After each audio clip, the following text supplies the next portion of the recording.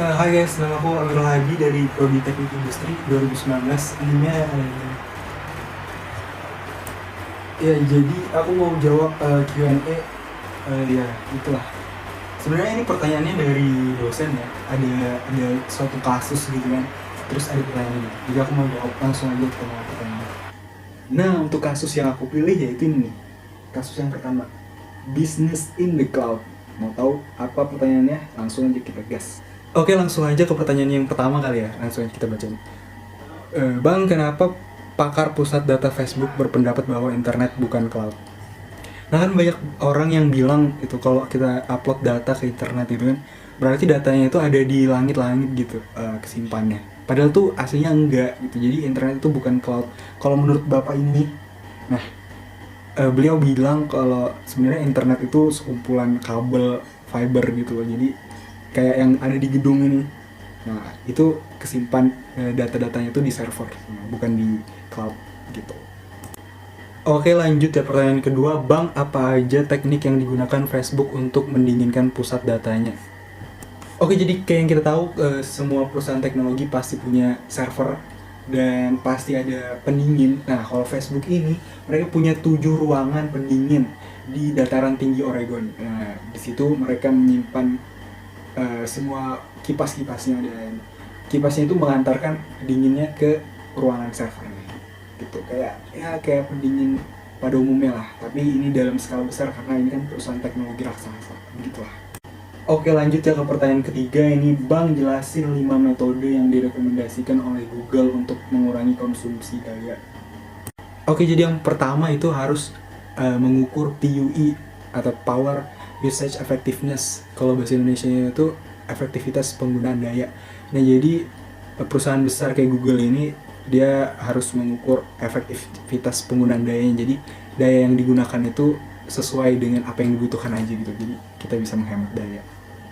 Oke, jadi metode yang kedua itu kita bisa mengatur aliran udara gitu. Karena dengan aliran udara yang efisien itu kita nggak perlu lagi tuh untuk mendinginkan udara, karena aliran udara ini udah pas gitu, suhunya ini udah pas. Jadi kita dapat menghemat energi, sumber daya energi untuk mendinginkan kayak server gitu. Nah, untuk metode yang ketiga itu kita bisa mengatur termostat. Nah, kalau Google sendiri itu menurut mereka untuk mendinginkan ruangan pendinginnya gitu loh, itu nggak perlu sampai beku atau super duper dingin gitu. Cukup suhu ruangan yang normal aja gitu, kayak kisaran 26 sampai 27 derajat Celcius lah, atau sekitar 80 derajat Fahrenheit. Nah, itu cara yang digunakan Google tuh. Jadi kita bisa menghemat daya dan juga tetap bisa mendinginkan mesin-mesin kayak server gitu. Untuk metode yang keempat, wah ini gokil banget nih. Nah, jadi Google itu memanfaatkan pendinginan tuh yang secara gratis gitu atau alami kayak gitu. Jadi untuk daerah-daerah atau negara-negara yang ada kantor Google-nya, terutama untuk negara-negara yang dingin, nah itu Google memanfaatkan suhu dingin dari alam untuk mendinginkan ruangan pendingin mereka gitu. Jadi kayak di Belgia gitu, Google memanfaatkan air dinginnya gitu, kayak gambar ini. Nah, untuk yang kelima yaitu mengoptimalkan distribusi daya. Jadi itu kayak dengan mengoptimalkan atau merekayasa ulang distribusi daya, maka akan terjadi perubahan antara AC dan DC sehingga pendistribusian daya dapat terjadi secara efektif. Pertanyaan yang keempat ya. Bang, berapa banyak gas rumah kaca dunia yang dihasilkan dari komputasi menurut Google? Nah, jadi menurut Google ini ada di sini. Jadi menurut Google itu ada 2%, terus di antara 2% itu adalah pusat data 15%. Nah, di antara 15% ini sekitar 5%-nya itu pusat data yang besar yang ada di internet gitu. Nah, lanjut pertanyaan yang kelima atau yang terakhir. Jadi, ini pertanyaan ini aku bacain.